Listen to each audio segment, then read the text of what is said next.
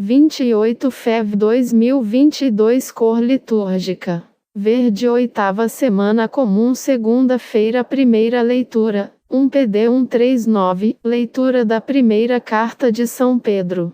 3 Bendito seja Deus, Pai de nosso Senhor Jesus Cristo. Em sua grande misericórdia, pela ressurreição de Jesus Cristo dentre os mortos, Ele nos fez nascer de novo, para uma esperança viva. 4 Para uma herança incorruptível, que não estraga, que não se mancha, nem murcha, e que é reservada para vós nos céus. 5 Graças à fé, e pelo poder de Deus, vós fostes guardados para a salvação que deve manifestar-se nos últimos tempos. 6 Isto é motivo de alegria para vós, embora seja necessário que agora fiqueis por algum tempo aflitos, por causa de várias provações. 7 Deste modo, a vossa fé será provada como sendo verdadeira, mais preciosa que o ouro perecível, que é provado no fogo, e alcançará louvor, honra e glória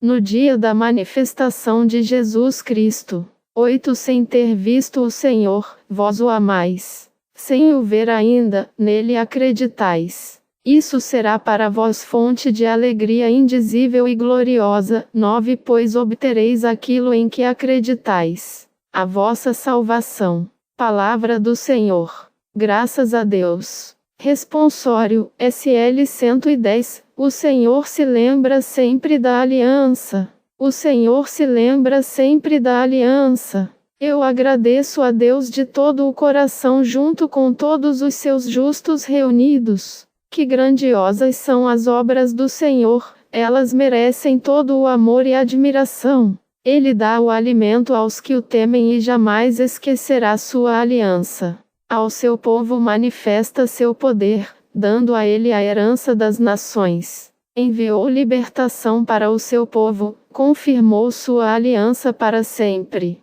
Seu nome é santo e é digno de respeito. Permaneça eternamente o seu louvor. Evangelho, MC 10, 17, 27. O Senhor esteja convosco. Ele está no meio de nós. Proclamação do Evangelho de Jesus Cristo segundo Marcos. Glória a vós, Senhor. Naquele tempo, 17 Quando Jesus saiu a caminhar, veio alguém correndo, ajoelhou-se diante dele, e perguntou: Bom mestre, que devo fazer para ganhar a vida eterna? 18 Jesus disse: Por que me chamas de bom? Só Deus é bom, e mais ninguém. 19 Tu conheces os mandamentos. Não matarás. Não cometerás adultério. Não roubarás. Não levantarás falso testemunho. Não prejudicarás ninguém. Honra teu pai e tua mãe. 20 Ele respondeu: Mestre, tudo isso tenho observado desde a minha juventude. 21 Jesus olhou para ele com amor, e disse: Só uma coisa te falta. Vai, vende tudo o que tens e dá aos pobres, e terás um tesouro no céu. Depois vem e segue-me. 22 Mas quando ele ouviu isso, ficou abatido e foi embora cheio de tristeza, porque era muito rico. 23 Jesus então olhou ao redor e disse aos discípulos: Como é difícil para os ricos entrar no reino de Deus. 24 Os discípulos se admiravam com estas palavras, mas ele disse de novo: Meus filhos, como é difícil entrar no reino de Deus. 25 É mais fácil um camelo passar pelo buraco de uma agulha do que um rico entrar no reino de Deus. 26 Eles ficaram muito espantados ao ouvirem isso, e perguntavam uns aos outros: Então, quem pode ser salvo? 27 Jesus olhou para eles e disse: Para os homens isso é impossível, mas não para Deus. Para Deus tudo é possível. Palavra da salvação. Glória a vós, Senhor. Homilia diária. É necessário ter o coração livre para amar a Deus. 28 de fevereiro de 2022. Aqui, no Evangelho, costumamos chamar de a passagem do jovem rico, mas o texto bíblico não diz se ele era jovem, diz que era um homem. Mas é interessante que se tratava de uma pessoa profundamente comprometida, era uma pessoa que guardava todos os mandamentos e os observava.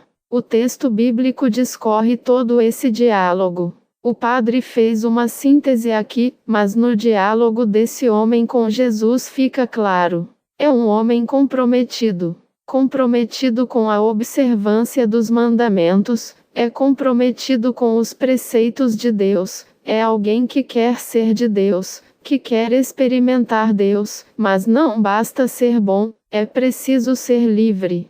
Não basta ser bom, precisamos ser livres, porque, na liberdade dos filhos de Deus, essa bondade que trazemos age com uma potência muito forte. Por isso que Jesus precisava tornar o coração desse homem, que era bom, num coração livre. Jesus olha para esse homem com amor, diz a palavra. Porque, na verdade, só o amor de Cristo nos torna livres. É claro que nós obedecemos aos mandamentos, é claro que você busca viver os preceitos de Deus, uma vida reta, uma vida digna, mas isso não é suficiente, porque se o amor de Cristo não nos torna livres interiormente, podemos até observar interiormente todas as coisas, mas o nosso coração ficará sempre vazio. O seu coração precisa ser livre dos bens materiais para que eles sejam instrumentos no seu segmento a Jesus. Uma coisa faltava para aquele homem. Jesus tem um olhar e consegue detectar, no coração daquele homem, o que faltava. Libertar-se das posses. Elas podem ser de vários tipos. As posses não são só material, não é só dinheiro, não são só bens materiais. Casa, carro, coisas, mas as posses podem ser afetivas. Você pode ser apegado a um sentimento, você pode ser apegado a uma pessoa, e as posses podem ser até mesmo religiosas. Aquele homem observava tudo. Desde a sua juventude, ele observava os mandamentos. Nós também podemos correr o risco de tornar a nossa vida espiritual uma posse nossa, e achar que isso para nós seja suficiente, mas Jesus aponta para ele. O seu tesouro precisa estar no céu. Jesus ensina ao coração daquele homem a atribuir um valor exato para as coisas, para as pessoas, um valor justo para as coisas. Porque, a partir do momento em que centralizamos Deus na nossa vida, todas as outras coisas ocupam o seu lugar justo. Aquele homem tinha um pouco de desordem em relação a isso, porque as coisas, os bens materiais, estavam ocupando um lugar errado, e ele estava juntando tesouros aqui na terra. Jesus diz: o seu tesouro é no céu, você precisa juntar tesouros no céu, por isso, vem e segue-me. Deixa, neste momento, essas coisas, vem e segue-me. Ou seja, trocar algo bom, porque aquele homem tinha muitas posses, era muito rico, diz a palavra.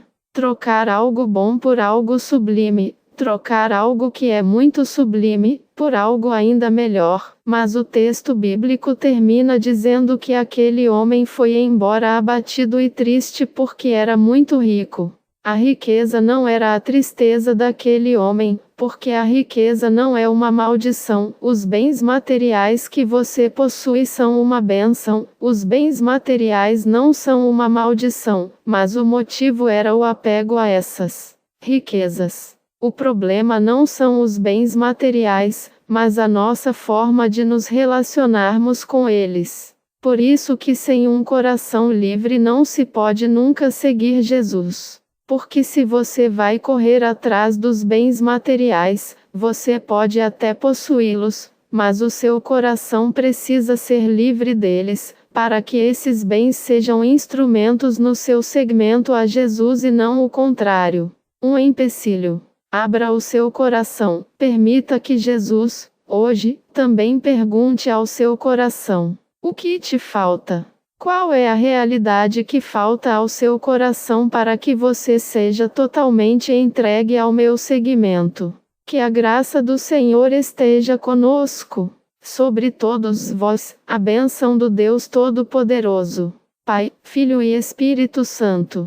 Amém. Padre Donizete Ferreira, sacerdote da comunidade Canção Nova. 28 fevereiro. Santos Romão e Lu, religiosos meados século V. Vocação tardia. Também na atualidade existem aqueles que descobrem o seu chamado à vida religiosa já na vida adulta, ou somente nessa fase.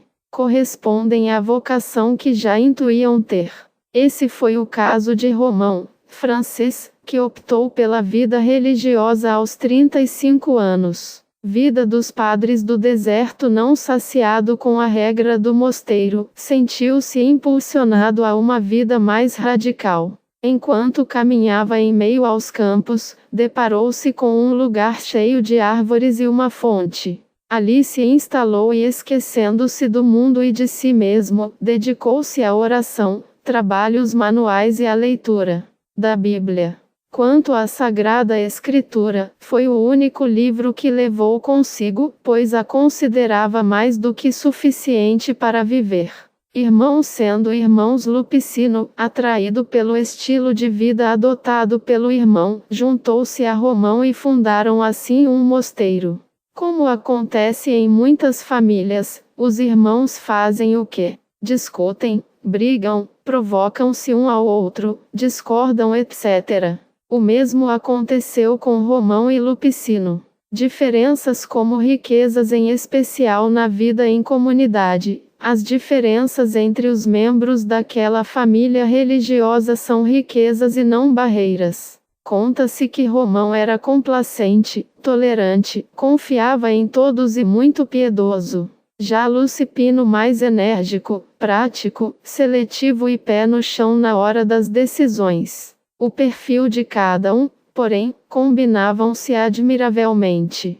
Cada hora um abria mão de si para acolher o outro.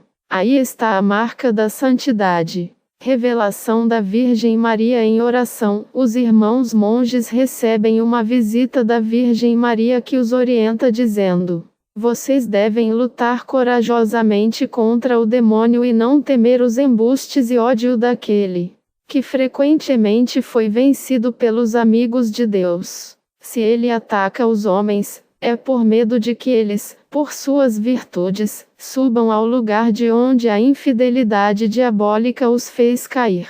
Milagre. Pelo acolhimento, Romão foi ordenado padre, e assim viveu por quase 20 anos. Numa viagem, o sacerdote ficou hospedado num casebre onde vivia 2 leprosos. Romão abraçou a ambos num gesto de acolhimento, solidarizou-se com suas dores e, na manhã seguinte, ambos estavam curados. As questões práticas. Conta-se que Lupicino sempre se ateve muito às questões práticas da vida. Ele cuidava da estrutura para que seu irmão colocasse em prática as lindas inspirações que recebiam, como, por exemplo, a de fundar 2 mosteiros masculinos e um feminino.